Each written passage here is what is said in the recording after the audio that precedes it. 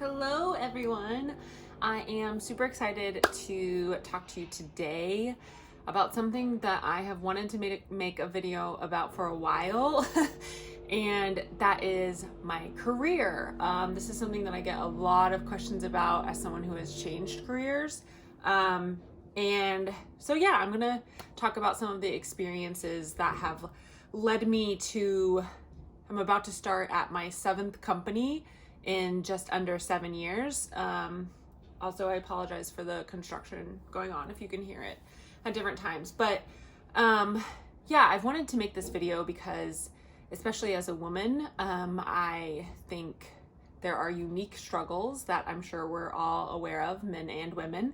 So I wanted to talk through, basically why I've moved around so much, some different experiences and things that I've learned, basically to just shed some light. And I'm sure there are many of you who have gone through very similar experiences or are going through them now, especially in these unprecedented times. So I just wanted to share in hopes that maybe it'll help somebody. I definitely never set out with the intention to change jobs basically every year. But here we are. And I think I'm going to stick to overarching themes that I've learned. This is definitely not intended to be like a company or person bashing session in any way, shape, or form. So I'll just get that out there right out of the way. Basically, it comes down to, I was thinking about this, like 3 different things that I have learned, or 3 different areas or issues that I've continually had, to work through, or themes that have occurred at every role on different levels at the various companies that I've been in. And those 3 like big hitters are leadership, loyalty, and compensation. And this is definitely not going to be me like talking to you about this is the best way to negotiate your salary. Like, nah, I'm good off that. Everybody's seen those like posts and whatnot, and they definitely serve their purpose. But yeah, that's not what this is. So let's talk about leadership. I think that this is probably the biggest issue that I've had with all of the different companies that I've been in. Just a quick overview. I went to Purdue for electrical engineering, and I started out working as an engineer right out of college in manufacturing. And I got lucky because the first manager that I had, I absolutely loved her. She was excellent, and kind of every manager that I've had after her, I've been looking for someone that like can manage the way that she managed such a large team. So I have so much respect for her, and she'll know who she is. I love her very much, and I was blessed to have an awesome like female leader to look up to in my early engineering days. But then I left my first company because I wanted to be closer to Greg. So I switched roles, took another engineering role in manufacturing. It's a hardcore world.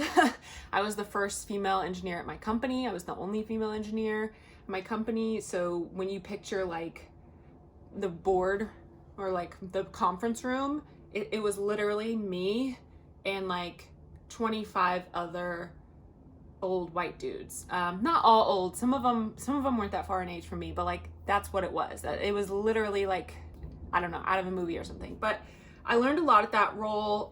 There were lots of good people, and ultimately after like almost 2 years I switched. Wanted something new. Switched to another company and slightly different role. And I realized at this point I didn't love engineering. So I went back to the drawing board, made a list of things that I was just even interested in, and marketing and analytics and social media was on there. And so that's how I kind of pivoted into this marketing world that I am currently in now. So each role has been super helpful. I've learned a ton each company that I've been in. When we moved to Seattle, I started at a small startup and then went to a marketing agency focused on performance marketing, which is what I do now. And then I switched to an in-house role, which is the role I'm leaving at the company I'm leaving, where I was doing like paid social marketing for, in-house for a company. And now I'm going to a new role doing paid social in-house for a different company. And I'm really excited about my new role, but that's a quick synopsis. Hopefully that wasn't too long. But basically, going back to leadership, there have been situations all along the way, basically since I've been in Seattle, where I feel like leadership has really kind of let me down. And I don't mean that in the sense of like I didn't get exactly what I wanted. I mean it in the sense of there's a lot of emphasis placed on results and not a ton of emphasis placed on like teamwork and how to foster and nurture like a team, and not just a group of individuals who work well together. I think that's an important distinction. There was basically a situation at my last company where, we had a team. One of our teammates wasn't showing up to work, wasn't really doing any of the work, but was getting credit for it and continued to get promoted. I'm sure that we have all been in situations like that. I went to my manager and I said, hey, this is what's going on. I don't think this is fair. This is really putting a lot of stress on me and my counterpart. Like, what can we do about this? And he was like, okay, I'm going to talk to her. And he basically talked to her and she said a completely different story. And she had worked there longer than me. So my manager came back to me and basically told me he didn't believe me, and he didn't say those exact words. And, I just needed to suck it up and keep working because she's delivering great results. So in that instance, I just felt like this manager, like he was a very nice person. He just didn't really know how to lead. He didn't know how to handle that situation. He didn't want to deal with that situation. He looked at me as like someone who was like, I don't know, trying to stir the pot, which was not at all what I was trying to do. So that was one leadership issue that I ran into. And then currently at my company, I actually just spoke with some people about this.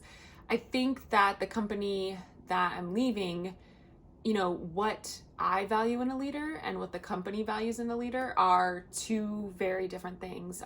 It very much is the people in charge want worker bees and they want you to fall in line and they want you to deliver results. And of course, some part of your job is always going to be just like doing your job and delivering results. But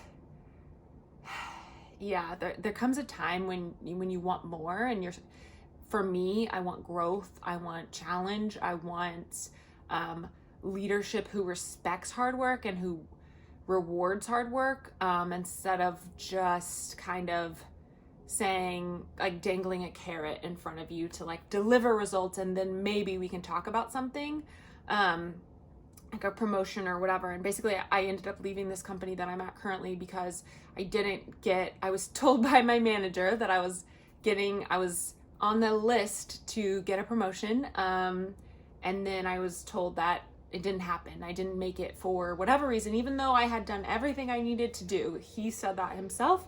So that's another leadership failure of not managing or not understanding expectations, or just not having the right tools to manage that situation. Again, my manager is a very nice guy. Nothing against him. I just don't think that he understands how to manage a team. And it's unfortunate because the people on the team suffer from that. And I don't think that the company cares enough about teaching managers how to manage people to enable him to like be the best manager that he can be, which is just kind of an unfortunate cycle that keeps happening. But that kind of leads me to number 2, which is loyalty. I think he and I've gotten this line so many times in probably almost every single role that I've had. Well, not engineering, but in this marketing world, I've gotten it in so many different forms. If you show this, if you prove this, if you take this on, then trust that we will reward you. So it's this idea that you're loyal to the company first, right? And so you do all these things and then you'll be rewarded. And I think it's honestly bullshit. I think it's ridiculous. Especially if you're someone who has experience and has already proved yourself, to be dangling this like prove yourself carrot along the way is ridiculous and insulting, and it's not a game that I will play. So I think that having the conversation and saying, like, I basically said to my manager, he fed me kind of a line like that. He wanted me to, after I wasn't getting promoted, he wanted me to take on more responsibilities as a way to prove myself further and to make my promotion case ironclad. To which I said, that's bullshit. I am not doing that, and I'm not playing this game. Which he was shocked, and it's obviously a very uncomfortable situation. I luckily had a pretty good relationship with my manager. But I've also just learned, you have, especially as a woman, you have to fight. You have to be very crystal clear. You have to say, no, these are my expectations. These are the expectations of my role, and that is what I will be doing. If you want me to take on more, you need to pay me more. And not 6 months from now after I've already been doing this role for 6 months. No, that's not how this is going to work. So those conversations are very uncomfortable. And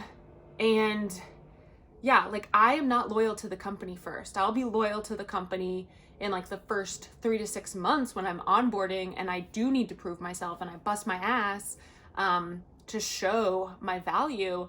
But beyond that, and once my manager sees my value and we've talked about it and we agreed and I'm excelling, yeah, I have loyalty to myself first. And so that's the advice that I would give is keep that thought in the forefront, because companies don't care about you as the employee. They care about their numbers. They care about, to a certain extent, I think a lot of companies do care about their employee well-being. So I'm not just bashing companies, but I'm just saying no one is going to look out for you. No one is going to fight harder for you than you are. So even though that's uncomfortable, you have to have those conversations. You have to set clear expectations with your manager. And you have to be willing to walk away if they don't meet your expectations. And I think that's the hardest part, right? Looking for a new job is honestly the worst process. It's no fun. Like I said, I never wanted to move jobs so often. That's not fun for me. I don't enjoy it, but I refuse to settle for less than I'm worth. And that kind of leads me to the third point, which was compensation.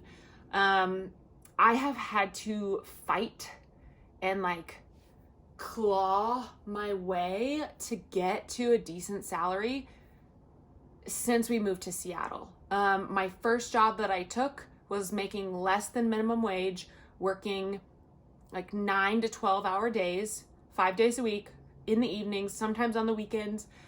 That was for less than minimum wage. Then each job I've taken, I've obviously, I've made sure I've taken a bump up, but because I've gained experience as well. And obviously I had to start somewhere because I changed career paths.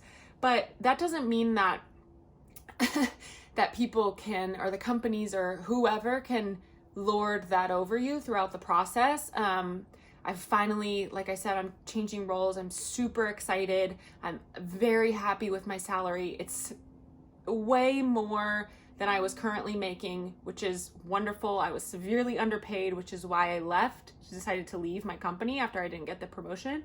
But compensation is very uncomfortable to talk about. I have had to talk about it, like I said, every single company, and now it's become way easier for me. But that's not to say it's easy.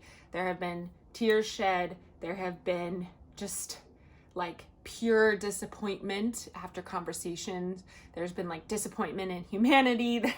There's been like so many emotions and like unfairness feelings. Like, it's not to say like, hey, I'm this victim. And that's not the point. The point is that you as an individual who's working in this world have acquired a certain amount of a certain level of skill through your experience, correct? And so you have to know your worth and be willing to fight for it. And like I said, be willing to walk away. And I unfortunately have gotten very good at that. But at the same time, it's like, I'm so happy that I did fight this fucking fight that has been horrible to get what I am worth. And I think what I've learned is that, again, no one's going to fight harder for yourself than you are. Does my manager lose sleep over my salary? No, I don't think so. But do I? Yes, absolutely. Everybody has their own personal financial situation. Everyone has their own personal goals. These experiences are completely my own. Have I handled every single situation perfectly? Absolutely not. Have I been probably too candid and too blunt with managers or coworkers or VPs? Probably. But I am so, like, I can honestly say I'm proud of myself and the way that I have handled myself. And if me telling this story to you about fighting for yourself and fighting for your worth, especially as a woman, because it's so fucking difficult, then it's worth it. And I just hope that I can help at least like one person, because I know that I am definitely not the only one who has been through this type of thing. I don't think that people or companies set out with this ill will to like fuck over their employees, but like I feel like that's an unfortunate event that happens way too often, and people just accept what they're given. And I'm not that person. And I think like understanding what you want in a role and understanding your worth, again, gives you the tools and the ammunition to lay out those expectations and then make it very clear when you're asking for compensation, when you're asking for a promotion. And I've also learned that like if someone's not going to give it to you, if this company's not going to give it to you, go somewhere else, because there are other companies who will see your set of skills and will value you. So keep on like searching, even if it's not in your exactly like what you wanted or the perfect situation or whatnot. So anyway, I hope this, I don't even know how long this was. Hopefully it wasn't too long. Hopefully you find that somewhat helpful. Basically, I just wanted to say like fucking fight for yourself. No one else is going to, and I'm always happy to like share more of my story or hear other people's stories. I would love to hear like struggles that you guys have been through and what worked or what didn't work. So yeah, I'll leave it with this, because this is probably like the best piece of advice, and it sucks to have this type of advice, but Greg gave me this type of advice a long time ago. I was going through a situation at work, and he was like, Stephanie, if you were a 40-year-old man, would you put up with this? Would you deal with this? Would you be bending over backwards like you are? And I just like, that totally just like switched my mindset. And it's unfortunate that we even have to fucking think about that, absolutely. But like, completely changed my mindset. And he was like, would people be treating you this way if you were? And I was like, no, they wouldn't. And like a 40-year-old white dude wouldn't put up with this. And it's awful. Like, I hate thinking about it like that, but like, that's the world that we live in. And so I think as women, we have to just be like, why are we putting up with this? Like, why are we bending over backwards? Why are we putting on a happy face when really we need to be able to set expectations for ourselves? And so that's kind of what that piece of advice has always kind of stuck in my mind. So I don't know, you may or may not like that. That may or may not be politically correct, but I find it useful for when I find myself just like being so nice and so soft and just like wanting to make everybody happy, and really things aren't my job, and I need to make that very clear. So anyway, hopefully that was helpful. Thanks for watching. Please, please, please let me know, share your story with me. I'd love to hear. Okay, bye.